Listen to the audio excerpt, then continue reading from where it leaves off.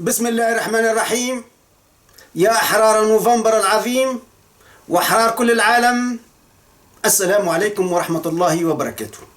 تأكد اليوم شراء الجيش الوطني الشعبي الجزائري ل 14 طائرة من نوع سوخوي 57، وسنتحدث أيضا عن صواريخ اسكندر.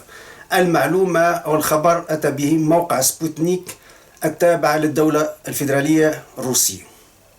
طبعا دائما هام جدا لو ذكر المصادر، لأن سبوتنيك هو موقع رسمي تابع للدولة الروسية باللغة الفرنسية. أنا أخذته باللغة الفرنسية، جاءني المقال، إذا تحبوا ننزلوا الرابط المقال حتى تعودون إليه، لأنه طرحت الكثير من التساؤلات. ثم من يقول إشاعة، ثم من يقول الطائرة ليست جاهزة أصلا، ثم يقول الهند وسحبت تمويله. كل واحد يحكي حكاية، لكن الخبر الآن ثابت وسبوتنيك أعطت المصدر الخبر. طبعا بوصول 14 طائرة سوخوي 57 تصبح الجزائر حسب أيضا خبراء دوليين ثالث دولة في البحر الأبيض المتوسط تتمكن من هذه النوعية من الطائرات، يسموها فيرتيف، يعني المستقبلية هذه الطائرات، لأنه فقط إيطاليا والكيان الصهيوني يمتلك F-35 طائرات F-35 هذه فيرتيف، واليوم الجيش الوطني الشعبي الجزائري يمتلك طائرات سوخوي 57. الصفقة حسب سبوتنيك تقدر بمليارين من الدولارات، مليارين من الدولارات لشراء 14 طائرة سوخوي 57 فيرتيف. أرجو لمن لديه يعني إمكانيات عسكرية أن يترجم لنا ما معنى فيرتيف. أنا أعتقد مستقبلي، يعني الجيل المستقبلي، هذه مثل طائرات الشبح التي لا تكتشفها الرادارات وغيرها. أيضا سبوتنيك طبعا اعتمد على موقع روسي اسمه avia.pro avia.pro. أكد هذا الخبر، وهي أول مرة تصبح الجزائر حسب هذا المصدر أول بلد في العالم مباشرة بعد روسيا يمتلك سوخوي 57. نعطي جملة بالفرنسية يقول: Le ministère algérien de la Défense, dans le cadre des négociations avec l'armée russe, est parvenu à un accord sur l'achat des derniers avions russes Sukhoi 57 d'une valeur de près de 2 milliards de dollars. حسب موقع أفيا برو الروسي الذي نقل عنه سبوتنيك. طبعا سبوتنيك هو ملك الدولة، لأنه رسميا لم تصدر بيانات لا من روسيا ولا من الجزائر تؤكد أو تنفي هذه الصفقة. لماذا؟ طبعا لسرية. دائما راهو صفقات السلاح والسلاح المتطور لا تعلن إلى العلن، ثم دائما جانب سري يتم التعامل معه. إذن روسيا زودت الجزائر بسوخوي 57. فقط 3 دول في البحر المتوسط تمتلك مثل هذه النوع من الطائرات، وكرر إسرائيل، الكيان الصهيوني، وإيطاليا والجزائر، وهو ما يهدد الأمن الأطلسي، بخاصة فرنسا التي لم تمتلك مثل هذه الطائرات، وإسبانيا. فرنسا عندها الرافال أقل ميزة من سوخوي 57، وإسبانيا عندها F-16 أقل ميزة من سوخوي 57.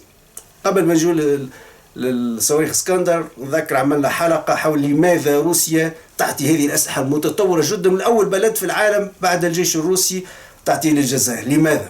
عطينا العديد من الأسباب وذكر فيها مرة أخرى. فنذكر أول شيء ثم علاقة تاريخية، صداقة تبدأ من الثورة الجزائرية، من ثورة نوفمبر 1954 إلى اليوم. لم تخن الجزائر روسيا، لم تخن روسيا الجزائر. في العلاقات الدولية ثم شيء اسمه أيضا الوفاء. مش صحيح أنه فقط المصلحة، ولا أيضا الدول عندها أرشيف بعضها بعض، هو الصداقة والوفاء. الجزائر لم تخن السلاح الروسي، لم تبيعه إلى أعداء روسيا وأعداء الاتحاد السوفيتي مثل ما فعل السادات مثلا، باع السام والميغ، أعطاهم الأمريكا والإسرائيل حتى يبحثوا فيه، بينما كانت تأتيه من الاتحاد السوفيتي. أيضا الجزائر تدفع ثمن هذه الأسلحة. تعرفوا الاتحاد السوفيتي كان يعطي في السلاح وتقريبا ما حصلش حتى على نص من ثمنها، سواء لمصر اللي حاربت به 56 67 73، سوريا حتى العراق جزء منه، حتى الجزائر. لكن في الآخر الجزائر لما جاء بوتين تم جدول الديون وتم تسوية الوضعية مع الجزائر. إذن الجزائر تدفع ثمن للسلاح الروسي، ولم تسرق بين قوسين روسيا في مالها. إذن ثم هذا الجانب. طبعا جانب آخر هام جدا، وهو أن روسيا تريد أن تحاصر الحلف الأطلسي من شمال أفريقيا. تريد أن تضايق الحلف الأطلسي في شمال أفريقيا، لأن الحلف الأطلسي يتدخل على حدودها. أوروبا الشرقية تم إدماجها في الحلف الأطلسي، مسألة القرم إلى آخره. فروسيا تريد أن تفك الحصار حول نفسها بوضع قاعدة متقدمة وبدعم الجيش الوطني الشعب الجزائري، حتى يزعج هذا الحلف الأطلسي، وبخاصة يعني من إسبانيا وإيطاليا وفرنسا. إذا ثم استراتيجية روسية في ذلك. هذه أهم العوامل اللي تدفع بالروس أن يعطوا طيران السخوي 57 لأول بلد في العالم بعد الجيش الوطني الشعب الجزائري. إذا المعلومة كما قلنا موجود مصدرها لمن يريد أن يحصل عليها. نذكر في الحلقة الماضية على السخوي 57 قلنا أنه في وزارة الدفاع ثم صورة جدارية كبيرة جدا فيها دبابات تي 90، وفيها أيضا صور لطائرة السخوي 57 في وزارة الدفاع، مما يعني أنه وزارة الدفاع مهتمة بشراء مثل هذه النوعية من الطائرات. الآن أيضا لا ننسى أنه ثم صفقة ضخمة من طائرات سخوي 35 14 قاذفة قنابل بعيدة المدى من سخوي 34 و14 طائرة سخوي 35. إذن أهمية، طبعا أنا أترجم لكم اللغة الفرنسية عفوا. الأهمية الاستراتيجية سخوي 34 تكمن في أنها في نفس الوقت قاذفة استراتيجية على مدى بعيد، وقادرة على أن تدافع بنفسها على نفسها، يعني تدافع على نفسها، يعني طائرة قاذفة مقنبلة وفي نفس الوقت اعتراضية. يقول le Sukhoi 34 est également un avion qui est capable de se défendre lui-même et qui n'a pas besoin d'être accompagné. وهذا نادر جدا في الطائرة. يعني السخوي 34 قاذفة، وتعرف الطائرات القاذفة يلزم طائرات اعتراضية قتالية تصحبها لحمايتها، لأن الطائرة مقنبلة. لكن هذه طائرة مقنبلة وفي نفس الوقت اعتراضية، يعني قادرة أن تقاتل في الجو لحماية نفسها.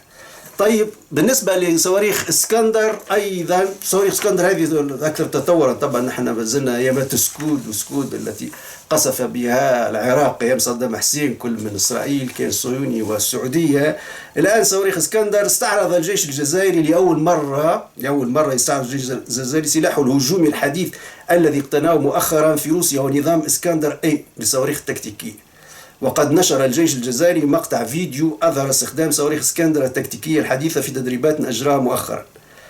ولفتت صحيفة ميليتري واتش دائما هامرة والمصادر الأمريكية إلى أن اسكندر يعتبر أقوى صاروخ باليستي تكتيكي في العالم، ولم تصدره روسيا إلا للجزائر وأرمينيا. أما الكوريتان الشمالية والجنوبية فكشفتا حسب الصحيفة في السوق عن نماذج شبيهة تعتمد التكنولوجيا الروسية. وقال الصحيفة أن مدى عمل اسكندر بلغ 500 كيلومتر، ويقيمه العسكريون في مختلف البلدان عالميا لسرعته الفائقة ودقته العالية وقدرته على المناورة ومسار تحليقه الذي من الصعب التنبؤ به واستحالة اعتراضه. وأشارت الصحيفة إلى أن نظام اسكندر الروسي الصنع يعتبر أحدث وأخطر سلاح في أفريقيا، كما أنه يعد من أحدث الأنظمة الهجومية في أخذ التكنولوجيا التي اشترتها الجزائر من روسيا، إلى جانب منظومة S-400 للصواريخ المضادة للجو ودبابات تي 90، ومنظومات بانتسير للصواريخ والمدافعة المضادة للجو والغواصات الحديثة عن مشروع فاتشا فيانكا. أذكر أيضا أن السلاح الروسي هو الأقل غلاء، يعني الأفضل سعرا من حيث الجودة. لما تقارن الجودة بالسعر تجد أغلى سلاح على الإطلاق في العالم هو السلاح الفرنسي، لهذا لا يشتري أحد. السلاح الروسي هو الأرخص على الإطلاق بالمقارنة مع السلاح الأمريكي والفرنسي، وذو جودة عالية. أيضا هذه أحد الأسباب العقلانية، أنا ذكرت 3 أسباب نزيد السبب الرابع، أنه الجيش الجزائري يشتري من روسيا، وروسيا تعطيها أفضل أنواع الأسلحة. هذا كل شيء هام جدا راهو، لأن الجزائر تستعد لمقارعة الحلف الأطلسي. شعار لن يتكرر إنزال سيدي فرج إن شاء الله أبدا، لن يتكرر إنزال سيدي فرج، لن يتكرر إنزال سيدي فرج إلى الأبد. إذن هذه المقدرة القوية للجيش الوطني الشعب الجزائري راهي أيضا هي قوة لتونس ولليبيا وللمغرب أيضا ولموريتانيا ولكل المنطقة.